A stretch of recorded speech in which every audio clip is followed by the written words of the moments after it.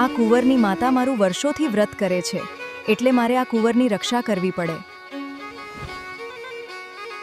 આજે આપણે સાંભળીશું જીવંતિકા વ્રતની સંપૂર્ણ વ્રત કથા. પ્રાચીન કાળમાં એક નગરમાં શીલવંત નામે રાજા થઈ ગયો. તેને સુમન નામે સુશીલ ગુણવંતી રાણી હતી. રાજા રાણી ઘણા જ સુખી હતા, માત્ર સંતાનની ખોટ હતી.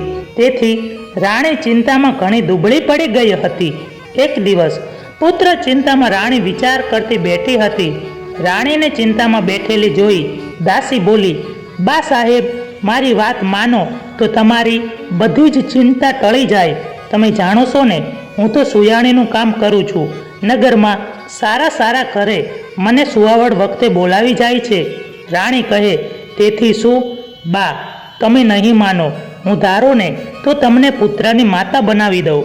પુત્રની વાત આવતા રાણી ઉત્સુક થઈને બોલી, કહે, તારી જે વાત હશે તે માનવા હું તૈયાર છું. દાસી કહે, તો બા સાહેબ, આજથી તમારું વાંજ્યા ટળ્યું સમજો. પણ કઈ રીતે એ તમારે જાણવાની જરૂર નથી.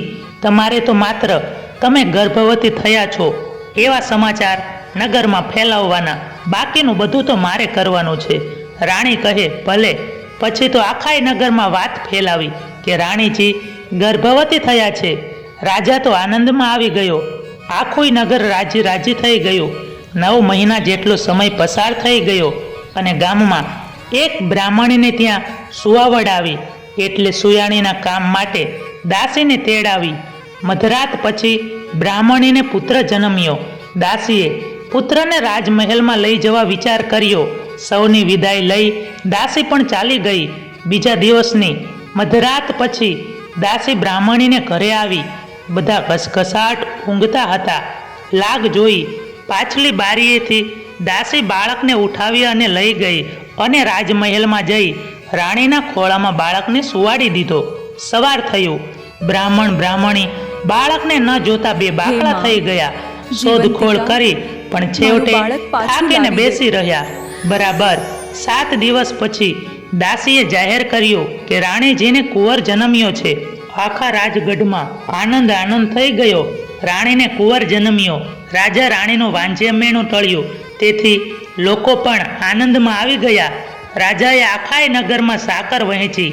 પણ ગોરાણીને જીવંતિકા દેવીનું વ્રત હતું, એટલે દેવી તેના બાળકના રક્ષણ કાજે રાજમહેલમાં આવતા અને રાજકુંવરને આશીર્વાદ આપી ચાલ્યા જતા. આમ દરરોજ માતાજી કુમારની ખબર લેતા. આમ ઘણા વર્ષો વીતી ગયા. કુમાર મોટો થયો. એનું નામ અમર રાખવામાં આવ્યું. એ યુવાન થયો એટલે તેવા સમયે શીલવંત રાજાનું મૃત્યુ થયું. તેથી અમરકુમાર રાજની ગાદીએ બેઠો. અમરકુમાર રાજા થયો. તે બહુ દયાળુ અને પ્રજાપ્રિય હતો, તેથી લોકો પણ તેને બહુ ચાહતા હતા. એક દિવસ એ પિતાનું શ્રાદ્ધ કરવા ગયા જે જવા નીકળ્યો. રસ્તામાં ગામમાં એક વાણિયાને ત્યાં તે રાત રોકાયો. આ વાણિયો અભાગ્યો હતો. તેને સંતાનો થતા પણ 6 દિવસ જીવી 7મા દિવસે મરી જતા. એથી વાણિયો ઘણો દુઃખી થતો. અમરકુમાર આવ્યો તે પહેલાં તેને ત્યાં પુત્ર જન્મ્યો હતો. એ આજે 6 દિવસ પૂરા થતા હતા. તેથી વાણિયો મનમાં ને મનમાં ચિંતા કરતો હતો કે સવારે શું થશે. આજે અમરકુમાર વાણિયાને ત્યાં રાત રોકાયો હતો. મધરાત થઈ એટલે વિધાત્રી વાણિયાને ઘરે તેના પુત્રના લેખ લખવા માટે આવ્યા. દેવી વિધાત્રી બારણામાં પગ મૂકવા જાય છે, ત્યાં તો દેવી જીવંતિકાએ આડું ત્રિશૂળ ધર્યું અને પૂછ્યું, દેવી વિધાત્રી, તમે અત્યારે ક્યાંથી? વાણિયાના દીકરાને આજે 6 દિવસ થયા છે, તેથી છઠ્ઠીના લેખ લખવા માટે આવી છું. કેવા લેખ લખશો? લખીશ કે છોકરો સવારે મૃત્યુ પામશે?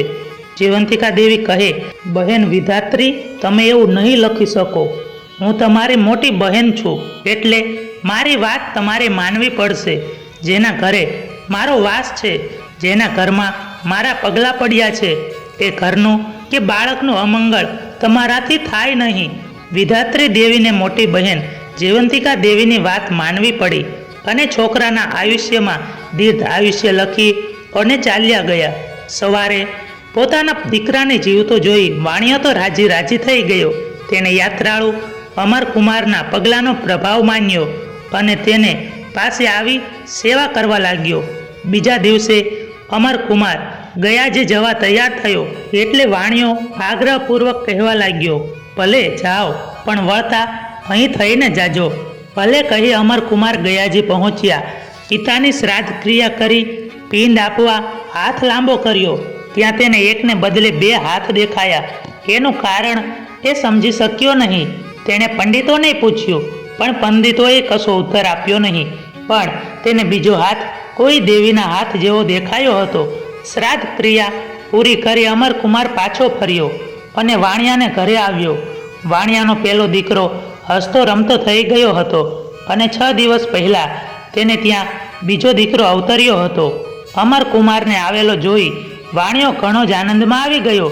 મધરાત થઈ અને નવા બાળકના લેખ લખવા દેવી વિધાત્રી આવ્યા. વિધાત્રી ઘરમાં આવ્યા ત્યાં તો દેવી જીવંતિકા માને જોયા. જીવંતિકા દેવીએ પૂછ્યું, બહેન, આજે શું લખશો? દેવી, એના ભાગ્યમાં જે હોય એ જ લખવું પડશે. આ બાળક પણ સવારે મૃત્યુ પામશે. ના ના, તમે એવું લખશો નહીં બહેન.